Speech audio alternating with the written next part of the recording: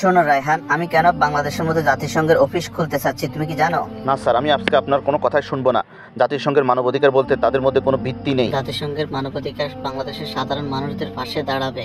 জাতিসংঘের মানবাধিকার হচ্ছে এটা একটা মূর্তি। তারা যদি সত্যিকারের মানবাধিকার দেখাতে চায় তাদেরকে বলেন ফিলিস্তিনি নির্যাতিত মুসলমানদের পাশে দাঁড়াতে। ফিলিস্তিনের গাজাবাসী আজকে এই সময় তারা ক্ষুধার যন্ত্রণায় মারা যাচ্ছে, কিন্তু তারা কি আজ পর্যন্ত পেরেছে সেখানে কোনো মানবাধিকার করতে?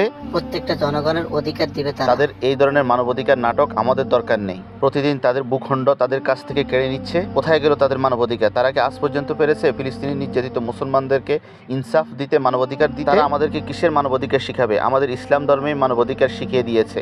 আমাদের ধর্মেই বলে দিয়েছে প্রতিবেশীর অধিকার, নারীর অধিকার, বাংলাদেশের মানুষ অধিকার থেকে তারা বঞ্চিত হচ্ছে। বাবা মায়ের অধিকার।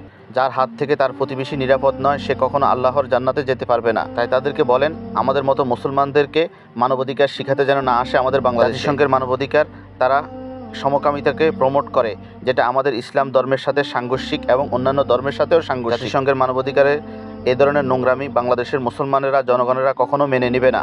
এমন কাজ যদি যে কোনো সরকারে যদি করতে চায়, বাংলাদেশের সাধারণ জনগণ, সাধারণ মুসলমান ওই সরকারকে উৎখাত করে দেবে ইনশাআল্লাহ।